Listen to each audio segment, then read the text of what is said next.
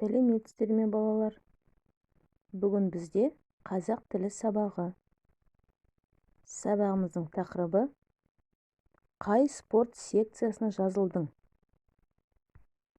Сабақтың мақсаты тақырып бойынша үйренген сөздерін қолдана отырып, мәтінде көтерілген мәселені шынайы өмірмен байланыстыру. Сабақты бастамас бұрын жаңа сөздермен танысайық. Қайталаймыз, есте сақтаймыз. Алайда, тем не менее, табанды, настойчивый, тынымсыз, непрерывный, жұдырықтас, кулак, зілтемір, штанга.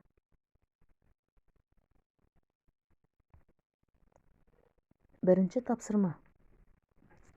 Суретке қара, балалардың қай секцияға барып жүргенін айт.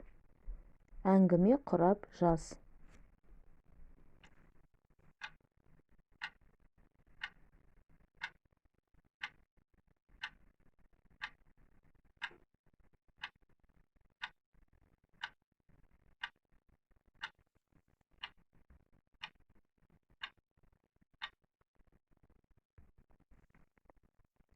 Суретке қарап, балалардың қай секцияға баратын туралы әңгіме жазу. Саша шаңғы тебуді жақсы көреді. Ол шаңғы секциясына барады. Шаңғы теуіп, таза ауада жүрген өте пайдалы. Асан мен Данияр күресуді жақсы көреді. Олар күрес секциясына барады. Мария би билегенді жақсы көреді. Ол гимнастика секциясына барады. Оқушылар волейбол ойнағанды жақсы көреді. Олар волейбол секциясына барады. Келесі тапсырма.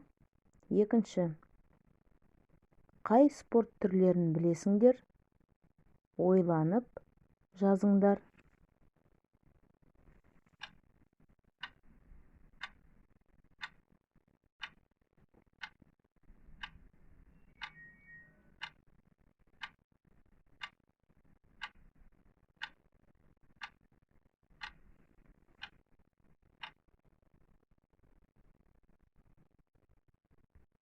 Жақсы балалар. Спорт секциялары: футбол, волейбол, баскетбол, тоғызқұмалақ, шахмат, теннис, гимнастика, күрес. Келесі үшінші тапсырма. Сен қай секцияға барасың? Секция туралы айтып бер.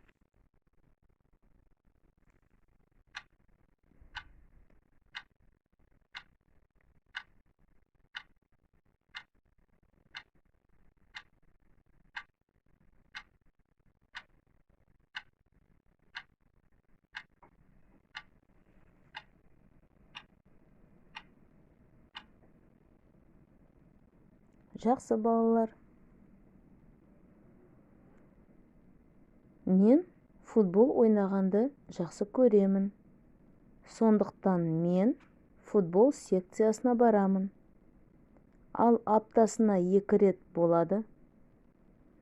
Сабақ кестесі бойынша сейсенбі және бейсенбі күндері өтеді. Менімен бірге сыныптасым Андрей барады. Ол да футбол ойнағанды жақсы көреді. Біздің жаттықтырушы ағайымыз өте мейірімді, ақылды адам. Біз оны сыйлаймыз. Балалар, сөз жұмбақты шешейік. Суретке қарап, сөз жұмбақты шешуін табамыз.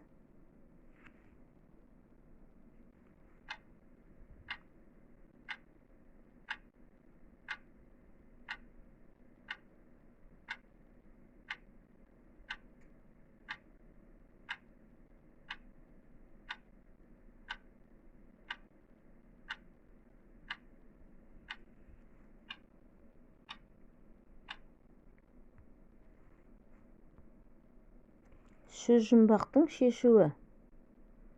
Бірінші баскетбол, екінші қақпа, үшінші футбол, төртінші күрес, бесінші шахмат. Келесі төртінші тапсырма. Диалогты мұқият оқып, сөйлеу интонациясын сақтаңдар. Әлібек, сен биыл спорт секциясына жазылдың ба? Иә, өткен жылы футбол секциясына барғам.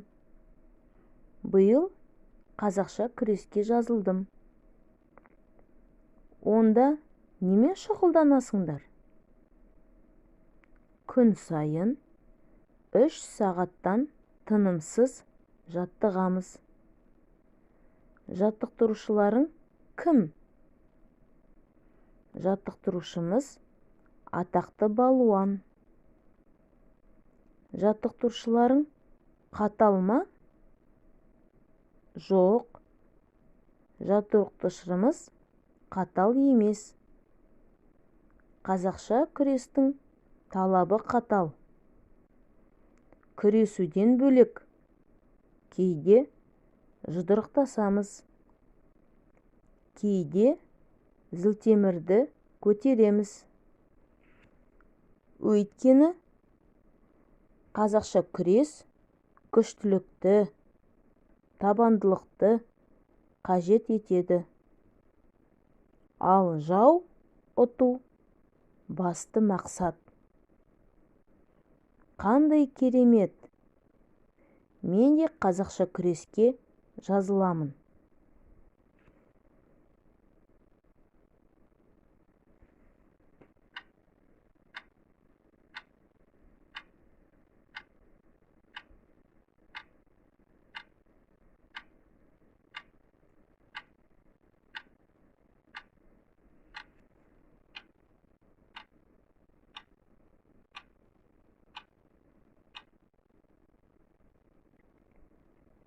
Оқушылар, диалогты оқып болсаңдар, келесі 5-ші тапсырма. Мәтіндегі ақпараттың дұрыстығын тексер. Саша қазақша күрес секциясына барып жүр. Әлібектің жаттықтырушысы қатал. Әлібек былтыр футбол секциясына барған. Қазақша күресетін талабы қатал емес. Олар күрес секциясында зілтемірді де көтереді. Күрес күштілікті, табандылықты қажет етпейді. Әлібектің жаттықтырушысы атақты балуан.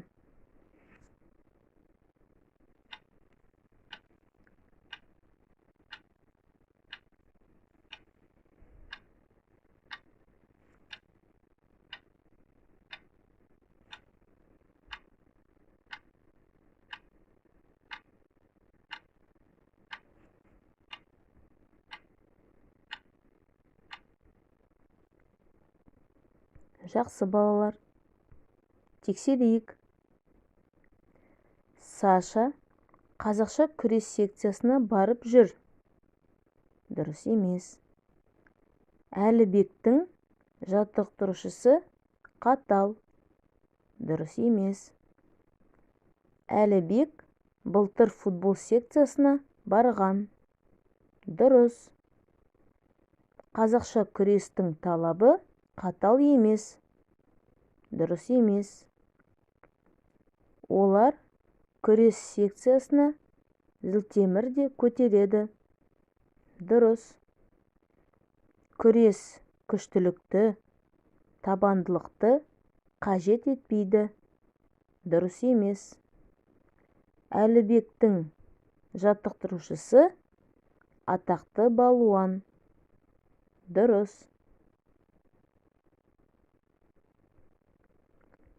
Келесі Алтыншы тапсырма. Берілген сөздердің синонимін, антонимін, амонимдерін тап. Түсіндір. Синонимдерін тап. Шұғылдану, атақты. Антонимдерін табу. Қатал, күшті. Амонимдерін тап. Жаттығу, жаз.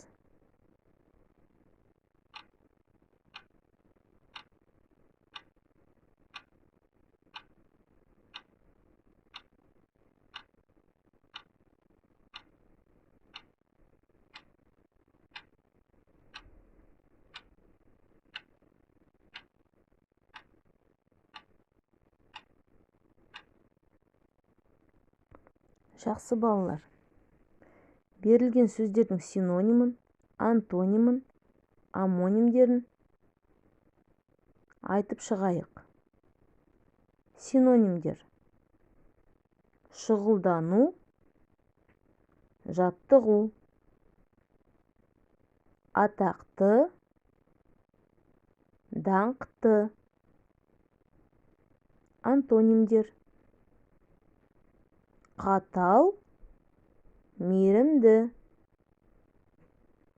күшті, әлсіз. Амонимдер: жаттығу жасау, жаттығу жазу. Хат жаз, жаз мезгілі. Оқушылар, сабағымыз аяқталуға жақындады. Рефлексия жасайық. Сабақты түсіндім, маған сабақ ұнады десеңіздер, бірінші смайликті таңдаңыздар. Әлі қайталау керек, білмейтінім көп екен десеңіздер, екінші смайликті таңдаңыздар. Түсінбедім десеңіздер, үшінші смайликті таңдаңыздар. Сабақ аяқталды. Сау болыңыздар.